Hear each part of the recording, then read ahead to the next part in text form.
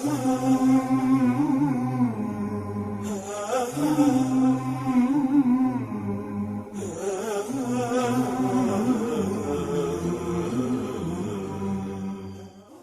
مسلمان، گەڕانەوە و پەشیمانی تەنها وشەیەکی سەرزارەکی نییە و بەس، بەڵکو پێویستی بە چەند خاڵێک هەیە. کاتێک تاوان و گوناهێک ئەنجام دەدەیت هەست بە پەشیمانی بکەیت، گوێ بۆ پێغەمبەری ئازیز صلی الله علیه وسلم بگرە کە دەفەرمێت پەشیمانی تەوبە و گەڕانەوەیە بۆ لای پەروەردگار. خاڵی دووەم، واسێنان لەو تاوانەی کە لە ئەنجامدانی پەشیمانی و دوورکەوتنەوە لێی بەڕاستی نیەت و مەبەستی ئەوەت هەبێت کە نەگەڕێیتەوە بۆ ئەنجامدانی ئەو تاوانە. ئەنجامدانی کاری چاکە بۆ ئەوەی ببێتە هۆی سڕینەوەی ئەو تاوانانە. هەوڵ بدەیت مافی ئەو کەسانە بداتەوە کە مافیان لەلایەتی. ئەگەر غەیبەتی خوشکێکی مسلمانت کردووە یان نێوانی دوو مسلمانت تێکداوە، پەشیمان بەرەوە و گەردەنی خۆتیان پێ ئازاد بکە. خوشکەکەم، ئەگەر تۆ بەڕاستی بگەڕێیتەوە بۆ لای پەروەردگارت، بە دڵنیاییەوە پەروەردگار لێت قبول دەکات و گوناه و تاوانەکانت دەسڕێتەوە. سەیری نمونەی ئەو کەسانە بکە کە بەڕاستی لە دوای تاوان و گوناهەکانیان گەڕانەوە بۆ لای پەروەردگاریان، پەروەردگاریش لێیان خۆش بووە. بکوژی سەد کوش. ئەبوو سەعیدی خودری ڕەزای خوای لێبێت لە پێغەمبەرەوە صلی الله علیه وسلم دەجێڕێتەوە کە فەرمیەتی لە پێش ئێوەدا پیاوێکە بوو 99 کەسی کوشت. پیاوکوژەکە پرسیاری لە کەسێک کرد و ئەویش ناردی بۆ لای ڕاهیبێکی خوداپەرست. کاتێک چوو بۆ لای وتی 99 کەسم کوشتووە، ئایا دەتوانم بگەڕێمەوە بۆ لای پەروەردگار؟ ڕاهیبەکە وتی نەخێر. ڕاهیبەکەشی کوشت و ژمارەی کوژراوەکانی کرد بە 100. پاشان پرسیاری دەربارەی زیدەکترین کەسی سەرزەوی کرد. بۆ لای پیاوێکی زانایان نارد و پێیوت 100 کەسم کوشتووە، ئایا دەتوانم تەوبە بکەم و بگەڕێمەوە بۆ لای پەروەردگار؟ زاناکە وتی بەڵێ، بەڵام بڕۆ بۆ فڵانە شوێن، لەبێ کۆمەڵە کەسێک پەروەردگار دەپەرستن و تۆش لەگەڵیاندا خوداپەرستی بکە و مەگەڕێەوە بۆ شوێنی خۆت، چونکە ئەوێ زەوی و شوێنی خراپەیە. پیاوەکە ڕۆیشت هەتا نیوەی ڕێگەکەی بڕی و مردن یەخەی پێگرت و فریشتەی ڕەحمەت و فریشتەی سزا بوو بە ناکۆچیان لەسەری. فریشتەی ڕەحمەت وتی ئەم پیاوە گەڕاوەیە بۆ لای پەروەردگار و تەوبەی کرد. فریشتەی سزاش وتی هەرگیز کارێکی چاچی ئەنجام نەداوە. پاشان فریشتەیەک لە شێوەی مرۆڤدا هات بۆ لایەن وتی پێوانەی نێوان ئەو زەویەی کە لێوەی هاتووە و ئەوەی کە بۆی دەچێت بکەن، بزانن لە کامیانەوە نزیکە. کاتێک پێوایان لەو شوێنەوە نزیک بوو کە بۆی دەچوو، ئەو سافریشتەی ڕەحمەت گیانی شێشا.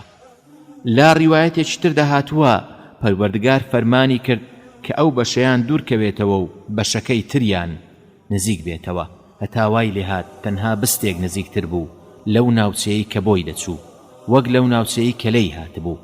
خوشی ئازیز، بیر لە گەورەی گوناهی ئەو پیاوە بکەرەوە، بەڵام گەڕانەوە و پەشیمانیەکەی بەڕاستی بوو. پەروەردگار ڕەحمی لێ کرد و بەختەوەری و سەرفرازی ڕۆژی دوایی پێبەخشی. عیمرانی کوڕی حوسەین ڕەزای خوای لێبێ دەجێڕێتەوە و دەفەرمێت ئافرەتێک هات بۆ لای پێغەمبەری خوددا صلی الله علیه وسلم وتی دوو گیانم بە زینا و پاکم بکەرەوە. پێغەمبەری خوددا صلی الله علیه وسلم بانگی یەکێک لە کەسوکارەکانی کرد و پێی فەرموو بەباشی هەڵسوکەوتی لەگەڵ بکە و کاتێک سکەکەی دانا بیهێنەرەوە. پاش دانانی سکەکەی و لە شیر بڕینەوەی کۆرپەکەی بەرباران کرا و پێغەمبەری خوددا صلی الله علیه وسلم نوێژی جەنازەی لەسەر کرد. ئیمامی عومەر ڕەزای خوای لێبێ فەرمووی پێغەمبەری خوددا، ئایا نوێژی لەسەر دەکەی؟ خۆ ئەو ئافرەتە زینای کردبوو. پێغەمبەری خوددا صلی الله علیه وسلم لە وەڵامدا فەرمووی بەڕاستی ئەو ئافرەتە تەوبەیەکی کرد. ئەگەر ئەو تەوبەیەی بەسەر 7 کەس لە خەڵکی مەدینەدا دابەش بکرایە بەشی دەکردن. ئەو ئافرەتە بۆ ئەوەی لە گوناه و تاوان پاک بێتەوە گیانی خۆی کردە قوربانی. گەڕانەوە بۆ لای پەروەردگار و دەربڕینی پەشیمانی ڕاستەقینە لە پەرست شەخۆشەویستەکانە لە لای پەروەردگار. پەشیمانی و گەڕانەوە بۆ لای پەروەردگار دەربڕینی زەلیلی، بەڵێ دەربڕینی زەلیلی و خۆ بەکەم زانین و بە بچوو زانینی بەندەیە بەرامبەر پەروەردگار. گەورەترین مژدە و سوود بۆ ئەو کەسانەی کە پەشیمانن لە تاوانەکانیان و دەگەڕێنەوە بۆ لای پەروەردگاریان، بریتێ لە گۆڕینی خراپە و تاوانەکان بە چاکە و پاداشت. واتە ئەو خراپە و گوناهانەی ئەنجامت داوە پەروەردگار بۆت دەگۆڕێ بە پاداشت و دایان خاتە تەرازووی کردارە چاکەکانتەوە. هەروەک پەیمانی داوە و دەفەرمێت مەگەر ئەو کەسەی کە تەوبە بکات و باوەڕ بهێنێت و کار و کردەوەی چاکە ئەنجام بدات، ئەو جۆرە کەسانە خوا کار و کردەوە خراپەکانیشیان بۆ دەگۆڕێت بە چاکە. سەعیدی کوڕی موسەیەب ڕەحمەتی خودای لێبێت دەفەرمێت لە ڕۆژی دواییدا پەروەردگار بەرامبەر هەر خراپەیەک کە ئەنجامیان داوە چاکەیەکیان پێدەبەخشێت. خوشی موسڵمان، زۆرێک لە خوشکان ناگەڕێنەوە بۆ لای پەروەردگار و تەوبە ناکەن، لە دوای تێپەڕبوونی تەمەنیان نەبێت هەتا لاوێتی و جوانیان لە دەست نەدەن تەوبەیان بیر ناکەوێتەوە. کاتێک پێیان دەڵێیت بۆ نوێژ ناکەن، ئەی بۆ بە ڕۆژوو نابن، بۆ خۆتان داناپۆشن و باڵەپۆشی ناکەن بە تاجی سەرتان، لە وەڵامدا دەڵێن جارێ تەمەنمان کەمە و ڕۆژان و ساڵانێکی زۆرمان لە پێشە. خوشکەکانم، ئەی نازانن تەوبە و گەڕانەوە بۆ لای پەروەردگار لە کاتی لاوێتی و لەش ساغیدا باشترە و چاکترە وەک لە کاتی پیری و نەخۆشیدا؟ گەڕانەوە بۆ لای پەروەردگار لە کاتی ساغی و لەش ساغیدا وەک بەخشینی ماڵ و سامانە لە کاتی ساغیدا. بە پێچەوانەشەوە تەوبە لە کاتی پیریدا وەک بەخشینە لە کاتی سەرمەرگدا. کاتێک کەسێک هیوای بە ژیان نامێنێت، ئەو کاتە دەستی دەچێتە سەروەت و سامانەکەی و دەیبەخشێت. کاتێک ئارەزوەکانت نەمان، کاتێک جوانیەکەت وەکو گەڵایدار هەڵوەری و قژەکەت سپی بوو، کاتێک توانات نەما بە ڕوخساری سەرنجڕاکێشت لاوان سەرگەردان بکەیت، ئیتر لە چی تەوبە دەکەیت؟ تەوبە لە کاتێکدا تەوبەی ڕاستەقینەیە و جێگەی ڕەزامەندی پەروەردگارە کە توانای ئەنجامدانی ئەو تاوانت هەبێت و لە ترسی پەروەردگار ئەنجامی نەدەیت. خوشی ئازیز، زۆرێک لە کەسانی پێش ئێمە لە سەرمەرگدا پەشیمانی خۆیان دەربڕیوە، هەیان بووە و توێتی هاوار بە ماڵم، چۆن ڕوو بە پەروەردگار بوەستم، خەسارەتمەندی خۆم، دنیا هەڵی خەڵەتانم و هەموو ڕۆژەکانی تەمەنی لێسەندم. یەکێکی تریان دەڵێت براو خوشکەکانم، بەلاوێتیەکەتان هەڵمەخەڵەتێن چونکە پیر دەبن، بە ماڵ و سەروەت و سامانتان دڵخۆش مەبن چونکە بەجێی دەهێڵن، وریابن ژیانی دنیا هەڵتان نەخەڵەتێنێت هەروەک منی هەڵخەڵەتان. خوای گەورە دەفەرمێت هەوڵ بدەن هەمیشە و بەردەوام دڵتان لە لای خوددا بێت و بگەڕێنەوە بۆ لای پەروەردگارتان و تەسلیمی ئەو بن، پێش ئەوەی کە سزای خوددایە خەتان بگرێت، لەوە و دواش سەرکەوتوو نابن و کەس نابێت بەرگریتان لێ بکات. کۆشش بکەن بەردەوام شوێنی چاکترینی ئەو فەرمانانە بکەون کە لەلایەن خودداوە ڕەوانەکراوە بۆتان. بێگومان لە هەموو شتێکدا چاک و چاکتر هەیە. نوێژە فەرزەکان ئەنجام بدرێت چاکە، بەڵام ئەگەر سونەتەکان و شەو نوێژیش بکرێت چاکترە. زەکات بدرێت چاکە، بەڵام بەخشینی زۆرتر و زیاتریش لە زەکات چاکترە. تۆڵە سەندن لە کەسێک کە حەقت بەسەریەوە هەیە ڕێی پێدراوە، بەڵام چاوپۆشی و لێبوردن چاکترە.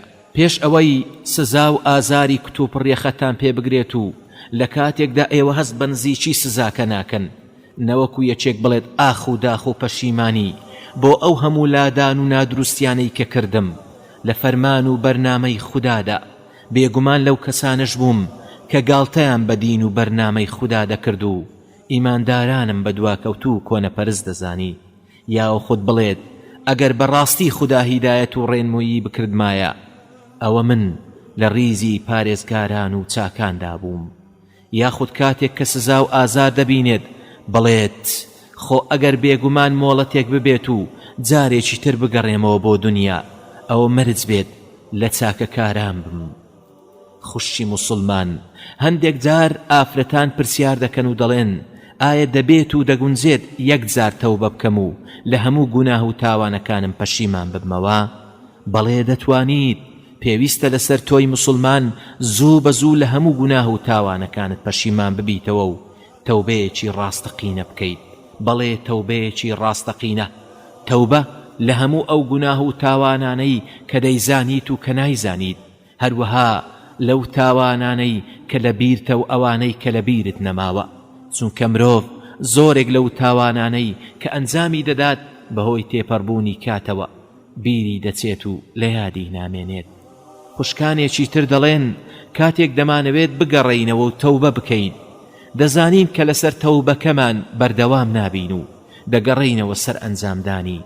لە وەڵامدا پێیان دەڵێین خوشی ئازیز، شەیطان ئەو خەیاڵاتانەتان بۆ دروست دەکات و دەیەوێت لە تەوبەکردن دواتان بخات، بەڵام ڕاستیەکەیە دەبێت بیزانن ئەوەیە کە مرۆڤی موسڵمان دەبێت هەموو کاتێک چاوەڕێی مردن بکات و لە گەڕانەوە و پەشیمانی تەوبەکردندا پەلە بکات، چونکە لەوانەیە لە دوای تەوبەکەت و پێش ئەوەی بگەڕێیتەوە سەر ئەنجامدانی گوناه و تاوان مردن یەخەت پێ بگرێت و بمریت، ئەوسا لە ڕیزی تەوبەکاراندا تۆمار دەکرێت. خوشی دڵسۆز، خوشی ئازیز، بۆ ئەوەی نەگەڕێیتەوە سەر تاوان و گوناهەکانی پێشوت پێویستە بەڕاستی تەوبە بکەیت و پشت بە خوددا ببەستیت. ئەگەر بەردەوام بووی لەسەر تەوبەکەت، ئەوە بزانە کە لە تەوبەکەتدا سەرکەوتوو بوویت و پەروەردگار بە فەزلی خۆی بەهرەداری کردویت. ئەگەر بە تەوبەکەت پەروەردگار لە گوناهەکانی پێشوت خۆش بێت، ئەگەر بە تەوبەکەت لە گوناهەکانت پاک ببیتەوە، ئەوە تووشی قازانج و سەرفرازێکی گەورە بوویت. لەبەر ئەوە پێویستە زۆر وریابیت و سوور بیت و هەروەها بەردەوام بیت لەسەر تەوبەکەت. گەورەترین هۆکار و کار ئاسانی بۆ تەوبە و پەشیمانی هۆکارەکانی پەشیمانی و گەڕانەوەیە بۆ لای خوددا، بریتیە لە زانین و ناسینی گەورەی و دەسەڵاتی پەروەردگار. بزانیت هەر کاتێک پەروەردگار بیەوێت دەتوانێت سزای زۆر بە ئێش و ئازارمان بدات. پەروەردگار دەفەرمێت ئەوە چیتانە ئێوە قەدری خوددا نازانن، بۆ ڕێزی بۆ دانانێن و لێی ناترسن. خۆ ئێوە پێشتر نەبوون، هەر خوا خۆی بە چەند قۆناغدا ئێوەی تێپەڕاند و دروستی کردن. بیلالی کوڕی سعد ڕەحمەتی خودای لێبێت دەفەرمێت سەیری بچووکی تاوان و گونەه مەکە، بەڵکو سەیری ئەوە بکە و بزانە بەرامبەر چێ یاخی بوویت و سەرپێکی چێت کردووە. خوشی موسڵمان، هەر کاتێک زۆر بیری گەورەی و دەسەڵاتی پەروەردگارت کرد، ئەوە زووتر پەلەی گەڕانەوە بۆ لای پەروەردگار دەکەیت و لە گوناهەکانت پەشیمان دەبیتەوە.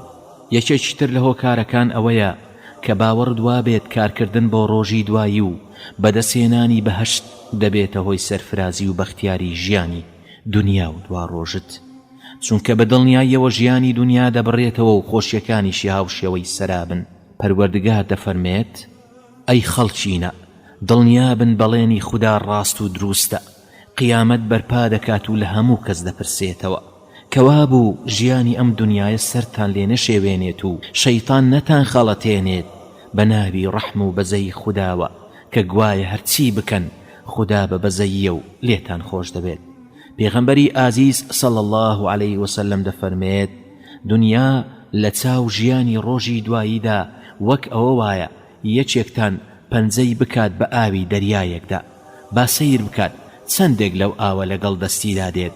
عەبدوڵای کوڕی عەباس ڕەزای خودایان لێبێت دەفەرمێت لە ڕۆژی دواییدا دنیا دێنن لە شێوەی کەسێکی پیری ناشیرینی قێزەوندا و بە خەڵکەکە دەوترێت ئایا ئەم کەسە دەناسن؟ ئەوانیش دەڵێن پەنا بە خوددا لە ناسینی ئەم کەسە. ئەمە چێیە؟ لە وەڵامدا پێیان دەوترێت ئەمە ئەو دنیایەیە کە شەرتان لەسەر دەکرد و بەهۆی دنیاوە هاموشۆی یەکترتان نەدەکرد و حەسوودیتان بە یەکتر دەبرد و لە یەکتر تووڕە دەبوون. ئەمە ئەو دنیایەیە کە شانازیتان پێوە دەکرد و بەهۆیەوە لە خۆتان بایی دەبوون. پاشان ئەو دنیا ناشیرینە فڕێ دەدرێتە دۆزەخەوە. بەڵێ ئەو دنیا ناشیرینە فڕێ دەدرێتە دۆزەخەوە پێش ئەوەی بخرێتە دۆزەخەوە. دەڵێت پەروەردگار ئەی کوا شوێن کەوتوانم، کوان ئەوانەی بۆ بەدەسێنانی من هەموو ڕێگە و هۆکارێکیان دەگرتە بەر. ئەو شوێن کەوتوانی دنیاش لەگەڵیدا ڕاپێچی دۆزەخ دەکرێن. پەنا بە خوددا. یەکێکی تر لە هۆکارەکانی نەگەڕانەوە بۆ سەر تاوان و گوناه ئەوەیە کە بزانیت پێشخستنی سزای تاوان و گوناهەکانمان لە دنیا چاوەڕوان کراوە. بشزانە هەر تاقیکردنەوە بەڵاو ناڕەحەتێک کە تووشمان دەبێت بەهۆی تاوان و گوناهی خۆمانەوەیە. پەروەردگاریش دەفەرمێت ئارەزووی ئافرەت و بوونی نەوەی نێرینە و خاوەنیەتی ئاڵتون و زێڕ و زیوی زۆر و ئەسپی چاک و ڕەسەن و هۆکانی هات و چۆ هەروەها ماڵات و زەوی و زار کوشت و کاڵ بۆ خەڵکی ڕازێنراوەتەوە. ئەوانە هەمووی ناز و نیعمەتی ژیانی دونیان، خوایش بۆ چاکان شوێنی گەڕانەوەی ڕازاوە و خۆشی لای خۆی ئامادە کردووە کە بەهەشتە. ئەی محەممەد صلی الله عليه وسلم بەو خەڵکە بڵێ ئایا هەواڵی چاکتر لەو ناز و نیعمەتانەتان پێڕابگەێنم؟ ئەویش ئەمەیە کە بۆ ئەوانەی کە پارێزگار و خوددا ناسن لەلایی پەروەردگاریان باخەکانی بەهەشت ئامادەیە بۆیان کە چەندەها ڕووبار بەژێر درەختەکانیدا و بەبەردەم کۆشکەکانیدا دەڕوات، هاوڕێ لەگەڵ ژیانی نەبراوە لەگەڵ هاوسەرانی پاکیزەدا و بەدەم هەستکردنی بەردەوام بە ڕەزامەندی پەروەردگاری ئازیز. بێگومان ئەو خودایە بینایە بە بەندەکانی. معاویەی کوڕی ئەبوو سوفیان ڕزای خودایان لێبێت 800,000 درهەمی بۆ عایشەی دایکی ئیمانداران نارد و لەو کاتەدا عایشە خودای لێ ڕازی بێت بە ڕۆژوو بوو، هەموو پارەکەی بەسەر هەژاران و نەداراندا دابەش کرد و هیچی بۆ خۆی هەڵنەگرت. یەکێک لە جاریەکان پێیوت ئەی دایکی ئیمانداران، نەدەکرا دەرهەمێکی لێ هەڵگری بۆ ئەوەی کەمێک گۆشتمان پێ بکڕایە و بەربانگت پێ بکردایەتەوە؟ لە وەڵامدا فەرمووی کچەکەم ئەگەر بیرت بخستمایەتەوە ئەوە وام دەکرد. خوشکەکەم سەید کە لە کاتێکدا دایکی ئیمانداران بە ڕۆژوە و برسیە کەچی خۆی لەبیر دەچێت و تەنها درهەمێک لە پارەکە ناجێڕێتەوە. ئەمەش هەمووی لە خۆشەویستایەتی بۆ هەژاران و بێنەوایان و بێوەژنان و بێباوکان دڵخۆش دەبێت کاتێک خۆشی دەخاتە ماڵی هەژارێکەوە. ئاسوودەیی ڕووی تێدەکات کاتێک دەتوانێت خەندە بجێڕێتەوە بۆ سەر لێوی بێباوچێک. ئەم کردارانەشی بۆ ئەوە ئەنجام دەدا سابەڵک و پەروەردگاری لێی خۆش بێت و بیبەخشێت. ئەمەش ئەو پەڕی خۆ لەبیر چوونە. ئەو کەسانە ئیمانیان گەیشت بووە حاڵەتێک فەزلی خەڵکیان دەدا بەسەر خۆیاندا، بە هیچ شێوەیەک بەڵێ بە هیچ شێوەیەک لە هەوڵی خۆیاندا نەبوون کە بەداخەوە ئەو حاڵەتە لە ژیانی موسڵمانانی ئەمڕۆدا زۆر زۆر کەمە. خوشی ئازیز، دەی هەموو ئەو شتانی کە لە خۆت زیادن وەک جلو بەرگ و خواردن و شتی تر ببەخشە بە هەژاران. دەی هەوڵ بدە پەیوەندی لەگەڵ پەروەردگارتدا چاک و پتە بکە، ئەو پەیوەندیەی کە خۆشەویستی بۆ دنیا لاوازی کردووە. ڕەزامەندی پەروەردگار هیوا و ئاوات و مەبەستی هەموو موسڵمانێکە. گەیشتن بەو هیوا و ئاوات و گەیشتنە بەو پەڕی پلەی سەرفرازی.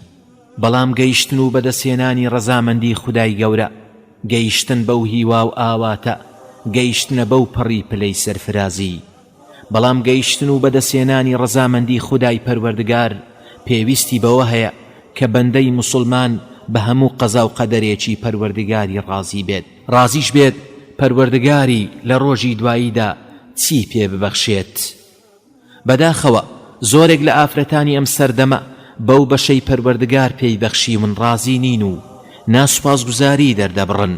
هەیانە دەڵێت خۆزگە ئەو شتەوانە بوایە، خۆزگە ئەو شتە بەو شێوەیە ببوایە، بۆچی من تووشی ئەم هەموو ناڕەحەتیە بووم و کەچی فڵانە کەس لەو پەڕی باشیدایە. ئەمانە و چەندان گلەیی و گازاندە و ناسوپاسگوزاری. ئەو کەسانە ئەم وتە جوانەی ئیمامی عومەریان ڕەزای خوا لێ بێت نەبیستووە کە دەفەرمێت هیچ بەلامەوە گرنگ نییە چۆن ڕۆژ دەکەمەوە و شەو بەسەر دەبم، گرنگ نییە هەبوو بم یا هەژار و نەبوو. ئەوەی بەلامەوە گرنگە ئەوەیە کاتێ شەو بەسەر دەبم و ڕۆژ دەکەمەوە مسلمان و ئیماندار بم. خوشکەکەم مادام لەم دنیایەدا ژیان بەسەر دەبەی دڵنیا بە تووشی ناڕەحەتی و تاقیکردنەوە دەی. بەڵێ بەڵێ تووشی ناڕەحەتی و تاقیکردنەوە دەبیت. ئەو تاقیکردنەوانش تووشی خۆت یا ماڵ و منداڵ یا سەروەت و سامانت دەبێت. ئالەو کاتی ناڕەحەتی و تاقیکردنەوانەدا دەردەکەوێت تا چ ڕادەیەک ڕازی ببەشی پەروەردگار. ئەو کاتە پلە و زۆری و کەمی ئیمانەکەت دەردەکەوێت. کاتێک ئارام دەگریت پلە و پاداشتت دەست دەکەوێت و پەروەردگار لێت ڕازی دەبێت. کاتێکیش تووڕە دەبیت و ناسوپاسگوزاری دەردەبڕیت سەرەڕای ئەوەی هیچت پێ ناکرێت گوناه و تاوانی تر دەخەیتە سەر گوناهەکانت. پەروەردگار بەندەکانی تاقی دەکاتەوە بۆ ئەوەی بە خۆیاندا بسنەوە و کاروبارەکانیان ڕێک و پێک بێت. داچی عەلا دەفەرمێت نەخۆش بووم و پێغەمبەری خوددا صلی الله عليه وسلم هات سەردانی کردم و فەرمووی ئەی دایکی عەلا مژدە بێت و دڵنیابە کاتێک مسلمانێک نەخۆش دەکەوێت پەروەردگار گوناهەکانی پێوە ناهێڵێت هەروەک ئاگر خەڵتە و پیسی زێر و زیو لادەبات. ئەگەر بتزانیایە خودای پەروەردگار چ پاداشتێکی بۆ بەڵاو ناڕەحەتی و تاقیکردنەوە داناوە ئەوە ئارامگر دەبوویت و ناڕەحەت نەدەبوویت. پێغەمبەری خوددا صلی الله عليه وسلم دەفەرمێت خەڵکی لە ڕۆژی دواییدا کاتێک پاداشتی ئەو کەسانە دەبینن کە بە بەڵاو ناڕەحەتی تاقی کراونەتەوە حەزیان دەکرد پێستی لاشەیان بە مقاش لێ بکرایەتەوە. لەبەر ئەوە ئافرەتانی ژیر و دانا بەردەوام بە هەموو قەزا و قەدەرێکی پەروەردگاریان ڕازین. زۆرێک لە ئافرەتان کاتێک خۆشیەکیان توش بوو یاخود کاتێک خۆشیەکیان توش دێت زۆر خۆشحاڵ دەبن، بەڵام بە پێچەوانەوە کاتێک کارێکی چاوەڕوان نەکراو یا حاڵەتێکی ناخۆشیان توش دەبێت ناومێدی ڕوویان تێدەکات. ئەمەش نیشانەیە کە بۆ لاوازی ئیمان و دەری دەخەن کە متمانەی تەواویان بە پەروەردگاریان نییە. پەنا بە خوددا. هەوڵ بدە لەو ئافرەتانە بیت کە ڕەزامەند و سوپاسگوزارن لە خۆشی و ناخۆشیدا، لە دەوڵەمەندی و هەژاریدا. ئەبوو هوڕەیرە ڕەزای خوای لێبێ دەفەرمێ سڵە پۆپە و بەرزی ئیمان بریتیە لە ڕازیبوون و خۆ بەدەستەوەدان بۆ هەموو قەزا و قەدەرێکی پەروەردگار. عەبدوڵڵای کوڕی مەسعود ڕەزای خوای لێبێ دەفەرمێت ئەگەر پشکۆ بە زمانم بڵێسمەوە و ئەوەی سووتاندی و ئەوەی هێشتیەوە پێم خۆشترە لەوەی بە شتێک بڵێم کە بووە خۆزگە نەبوایە یان بە شتێک کە نەبووە بڵێم خۆزگە ببوایە. بە عومەری کوڕی عەبدولعەزیزیان وت ئارەزووی چی دەکەیت؟ فەرمووی ئەوەی خودای پەروەردگار بڕیاری لەسەر بدات. پەروەردگار بە پێغەمبەر داود سەلامی خوای لێبێ فەرموو ئەی داود تۆ دەتەوێت و منیش دەمەوێت، بە دڵنیاییشەوە هەر ئەوە دەبێت کە من دەمەوێت. ئەگەر خۆت بدەیتە دەست ئەوەی کە من دەمەوێت منت بەسە بۆ ئەوەی کە دەتەوێت، ئەگەر خۆت نەدەیتە دەست ئەوەی کە من دەمەوێت ئەوە هیلاک و ماندوود دەکەم بەدەست ئەوەوە کە دەتەوێت، پاشانیش هیچ شتێک نابێت تەنها ئەوە نەبێت کە من دەمەوێت. خوشی ئازیز، ئافرەتانی پێشینەی ئێمە گەیشت بوونە ئەو پەڕی پلەی ڕەزامەندی لە قەزا و قەدەری پەروەردگاردا. هەرگیز لە کاتی بەڵاو ناڕەحەتیدا سکاڵای خۆیان لە لای کەس نەدەکرد، بەڵام ئەمڕۆ ئافرەتان بەردەوام سکاڵە لە حاڵی خۆیان دەکەن و زۆر جار دەیان بینی ناسوپاسگوزارن و لە حاڵ و ژیانیان ڕازی نین. هەندێک لە پیاوچاکانی پێشینە دەفەرمون هەر کەسێک کاتێک بەڵاو ناڕەحەتێکی توش بێت و ناڕەزایی و سکاڵا دەربڕێت وەکو ئەوە وایە سکاڵای لە پەروەردگاری هەبێت. لێرەدا مەبەستمان لە دەربڕینی سکاڵا ئەوەیە کە لە کاتی بەڵاو ناڕەحەتیدا ئاخ و حەسرەت دەربڕێت، یان دەربڕینی ناڕەزایی لە لای کەسانێک کە هیچ توانایەکیان نییە لە لادان و دوورخستنەوەی ئەو بەڵاو ناڕەحەتیانەدا، یاخود باسکردنی ئەو ناڕەحەتیانە لە لای دۆست و دراوسێ و کەسانی تر. هەروەها دەفەرمون نەکەن هیچ کاتێک سکاڵای خۆتان لە لای غەیری خودای پەروەردگار بکەن، لەبەر ئەوەی ئەو کەسانەی کە سکاڵای حاڵی خۆتانیان لەلا باز دەکەن یان دۆست و خۆشەویستن یان دوشمن و ناحەزن. کاتێک سکاڵای خۆتان لە لای خۆشەویست و دۆستەکانتان باز دەکەن دڵتەنجیان دەکەن و تووشی غەم و پەژارەیان دەکەن، کاتێکیش سکاڵای خۆتان لە لای ناحەز و دوژمنەکانتان باز دەکەن خۆشحاڵ دەبن و پێتان پێدەکەنن. ئەها خودای گەورەش لە قورئانی پیرۆزدا لە زمانی یعقوب سەلامی خوای لێبێ دەفەرمێ قال إنما أشكو بثي وحزني إلى الله وأعلم من الله ما لا تعلمون. واتا بەڕاستی من باسی سکاڵا و غەم و پەژارم هەر بۆ لای خوددا دەبم، ئەوەی من دەیزانم لەلایەن خودداوە لە نەخشە و حکمەتەکانی لە پێشات و ڕووداوەکاندا ئێوە نایزانن. دەی خوشی ئازیز، هەوڵ بدە هەمیشە جێگەی ڕەزامەندی پەروەردگارت بیت و بە هەموو بەخشین و لێسەنەوەکانی ڕازی و سوپاسگوزار بە و لەم ئاەتە پیرۆزەش ورد بەرەوە و هەردەم با لە پێش چاوەکانت بن ئەوسا ئاسوودە و کامەران و بەختەوەری دنیا و دوا ڕۆژ دەبیت. پەروەردگار دەفەرمێت وَإِن يَمْسَسْكَ اللَّهُ بِضُرٍّ فَلَا كَاشِفَ لَهُ إِلَّا هُوَ وَإِن يُرِدْكَ بِخَيْرٍ فَلَا رَادَّ لِفَضْلِهِ يُصِيبُ بِهِ مَن يَشَاءُ مِنْ عِبَادِهِ وَهُوَ الْغَفُورُ الرَّحِيمُ. واتە ئەی ئینسان ئەگەر خوددا تووشی ناخۆشی و زیانێکت بکات ئەوە هیچ کەس ناتوانێت فریاد بکەوێت و لەسەرتی لابەرێت جگە لەو زاتە، یاخود ئەگەر بیەوێت تووشی خێر و خۆشیەکت بکات ئەوە هیچ کەس ناتوانێت بەری فەزل و بەخشی خوددا بگرێت. هەر کام کە بیەوێت لە بەندەکانی بەهرەمەند دەکات لە ناز و نیعمەتانی بێشومار ئەو زاتە هەمیشە لێخۆش بوو میهرەبانە. ئاگادار بەو هەرگیز مەهێڵە وشەی خۆزگە بەسەر زمانتدا بێت، چونکە وشەی خۆزگە دەرگایەک لە دەرگاکانی شەیطان دەکاتەوە.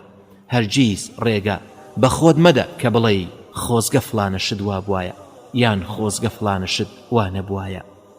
خوشی ئازیز، وا گەیشتینە کۆتا دەربڕینەکانمان بۆتان. هەوڵ بدە شوێن پێی ئافرەتانی چاکەکار هەڵبگریت و خێزانەکانی پێغەمبەر صلی الله علیه وسلم و خێزانەکانی هاوڵە بەڕێزەکان بکەیتە سەرمەشقی ژیانت. هەوڵ بدە لە دینەکەت شارەزابیت و بنەماکانی بیر و باوەڕ و عیبادات فێربیت و گرینجیان پێ بدەیت. هەر کاتێک شوێنکەوتەی قورئان و سنەتەکانی پێغەمبەری ئازیز بیت صلی الله علیه وسلم ئەوە ئاسوودەیی و کامەرانی ڕوود تێدەکات و زیاتر بە قەزا و قەدەری پەروەردگارت ڕازی دەبیت. لەم ڕوانگەیەوە ئەگەر ئافرەتی موسڵمان هەتا زیاتر شارەزای دینەکەی بێت، زیاتر مافەکانی خۆی لەسەر مێردەکەی و مافەکانی مێردەکەی لەسەری و مافی منداڵەکانی فێر دەبێت و دەتوانێت جێبەجێیان بکات. هەروەها زیاتر دەتوانێت بە فەرمانەکانی پەروەردگاری هەڵبستێت و لە بێفەرمانیەکانی خۆی بەدوور بگرێت و بە درێژایی شەو و ڕۆژ کارەکانی بە جۆرێک ئەنجام بدات کە ببێتە هۆی جێگەی ڕەزامەندی خوای پەروەردگاری. هەر لەم ڕوانگەیەوە ئافرەتی موسڵمان پێویستە تێبگات و بزانێت کە ئاینی پیرۆزی ئیسلام هەر لە سەرەتای لەدایک بوونیەوە چۆن ڕێزی لێگرتووە هەتا ئەو کاتەی گەورە دەبێت و شوو دەکات و پاشان دەبێت بەدایک و لە دواییشدا دەبێت بەننک. هەروەها پێویستە ئافرەتی موسڵمان فێری ڕازگۆیی و شەرم و حەیا و دڵسۆزی و خۆ بەکەم زانین و ئارامگرتن و لە خوددا ترسان بێت. بەم شێوەیەش ئینشاءالله تۆی ئازیز زیاتر لە پەروەردگارت نزیک دەبیتەوە و توێشوویەکی باشیش بۆ ڕۆژی دوایی بەدەست دەهێنیت. داواکارین لە پەروەردگاری زەوی و ئاسمانەکان کە ئەم کردارەمان تەنها لەبەر خاتری خۆی بێت و ببێتە مایەی سوود بۆ هەموو خوشکێکی موسڵمان و بەڕێز، هەروەها ببێتە مایەی سڕینەوەی گوناه و تاوانەکانمان و بەرزکردنەوەی پلە و زیادکردنی چاکەکانمان. خودایە ئەم پەیامە لە ڕۆژێکدا سوودی لێ ببینن کە ماڵ و منداڵ و سامان لەو ڕۆژەدا هیچ سوودێکیان نابێت.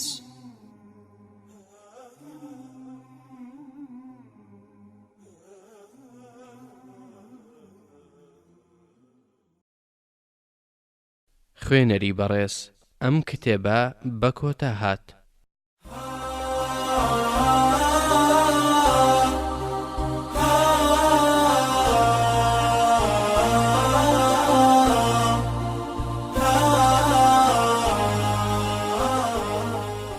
بسم الله الرحمن الرحيم. کتێبخانەی دەنجی ڕۆشنایی، بەرنامەی کاری تۆمارکردنی کتێب لە کتێبخانەی دەنجی ڕۆشنایی لە داهاتوودا بە پشتیوانی پەروەردگار. کتێبخانەی دەنجی ڕۆشنایی لە داهاتوودا دەست دەکات بە تۆمارکردنی کتێبەکانی لەم بوارانەدا. بواری فکری کە تێیدا ململانەی فکری و چەمکەکانی فکر و هەڵسەنگاندنی فکری و بنچینە و بنەماکانی فکر و بەرهەم و بەرووبوومەکانی فکری ڕاستەقینە دەوروژێنێت.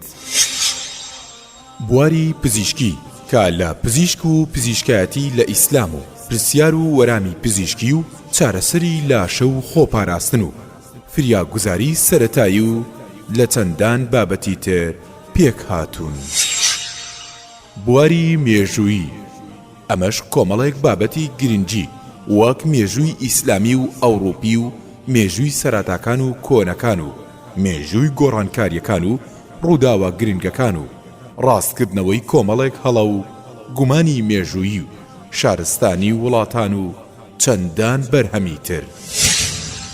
بواری ژیاننامە ژیاننامەی کەڵا پیاوانی مێژوو ئەوانەی کە ڕێڕەوی مێژویان کۆڕی و ئەوانە وەرچەرخانی گرنگ لە ژیانیان ڕووی داوە و ئەوانشی کە بوونەتە هۆی زیندووکردنەوە و نوێکردنەوەی ئوممە و چەندان پاڵەوانی تری کۆن و نوێ. بواری زانستی کە ئەویش پێک دێ لە کۆمەڵێک بوار و تێژینەوەی ڕاست و دروست و باوەڕ پێکراو لە سەرجەم بوارە زانستیەکان وەک کیمیایی و فیزیایی و زیندەوەرزانی و چەندان بابەتی تر. بواری شارستانی کە باس لە شارستانی کۆن و نوێ دەکات و بەرهەم و بەرووبووم و داهێنانەکانی شارستانیەتی ئیسلامی و گرنگی و گواستنەوەیان دەکەین لە گشت بوارەکاندا. بواری دەرونی کە بەدواداچوون بۆ نەخۆشیە دەرونیەکان و پێناساندنی بەشەکانی دەروونزانی و هاوتا لەگەڵ قورئان و فەرموودە و بەیەکەوە گرێدانیان و دیاریکردنی چارەسەریشیان. بواری ڕۆمان و بەسەرهات و چیرۆ کە ئەمەش هەڵیان دەبژێرین کە لە ڕاستترین و باشترین ڕوودا و سەرچاوەیان گرتبێ دوور لە هەموو خەیاڵ و ئەفسانە و بابەتان ناڕاستیەکان.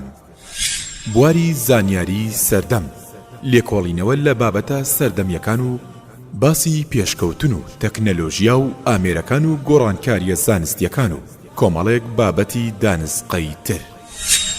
بواری پەروەردەیی کە ئەمەش سەرجەم ئادابە کۆمەڵاتیەکان و پەروەردەکردنی کۆمەڵگە و پەروەردەکردنی منداڵان و پەروەردەکردنی گەنجان و پەروەردەکردنی ئافرەتان و ئامۆژگاری و بیرخستنەوە و ڕێنیشاندان و دەستگیری و ڕاستکردنەوە لە هەڵە و هاندان لە سەرچاکە و جوان مامەڵەکردن لەگەڵ دایک و باوک و دراوسێ و دەوروبەر و هەموو خەڵکی و چەندان بابەتی تر.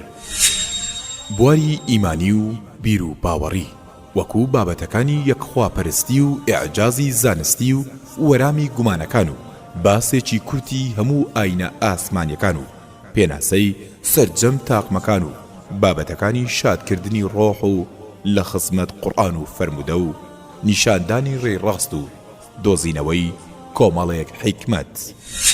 بواری هەمەجۆر کە ئەمەش لە کۆمەڵێک بابەتی دیبەیت و گفتوگۆ و فەلسەفە و کۆمەڵناسی و جوگرافی و ئافرەتان و ئابووری و پلە و پایەیان و ڕاستی زانستی و ڕاستکردنەوەی کۆمەڵێک هەڵە و بابەتی جیهانی ئاژەڵ و ڕووەک و ناودەریا و زەریاکان و چەندان بابەت و بواری تر لە خۆ دەگرێ. بواری ئافرەتان ئەم بوارەش تایبەتە بە ئافرەتان کاروباریان و ئەرکەکانیان لە ئیسلامدا و ئەرک و مافەکانیان لە کۆمەڵگەدا جێپەنجیان لە مێژوودا و گرنگی و ڕۆڵیان لە هەڵگرتنی پەیامی ئیسلامدا و پاراستنی مافەکانیان و دیاریکردنی ئەرکەکانیان و لادانی گومانەکان لە سەریاندا و گەڕانەوەی ڕێز و شکۆ بۆیان. تێبینی ئەم بابەت و بوارانە سەرجەمیان لە سەرچاوە ڕاستیەکان و بەو پەڕی بەرپرسیارەتیەوە لە چوارچێوەیەکی ڕاستی و لە باگراوەندێکی ئیسلامیدا هەڵدەبژێرین ئینشاءالله. لەگەڵ کتێبخانەی دەنجی ڕۆشنایی بەردەوام دەبن لەگەڵ تازەگەری و نوێگەری و پێشکەوتن و شارەزابوون لە سەرجەم بوارەکانی خوێندنەوە و گەیشتن بەڕاستی و بەردەوامبوون لەسەر ڕێگەی ڕاست و دنیاش بە فراوانی خۆی دەبینی و پێش و پاشی خۆت دەزانی و تای تەرازووی چاکەکانیشت قورس دەکەی و تەرازوێکی ژیریت بۆ دروست دەبێ. کتێبخانەی دەنجی و ڕۆشنایی یەکەمین کتێبخانەی دەنجی ئیسلامی بە زمانی شیرینی کوردی. کتێبخانەی دەنجی ئیسلامی بە زمانی شیرینی کوردی.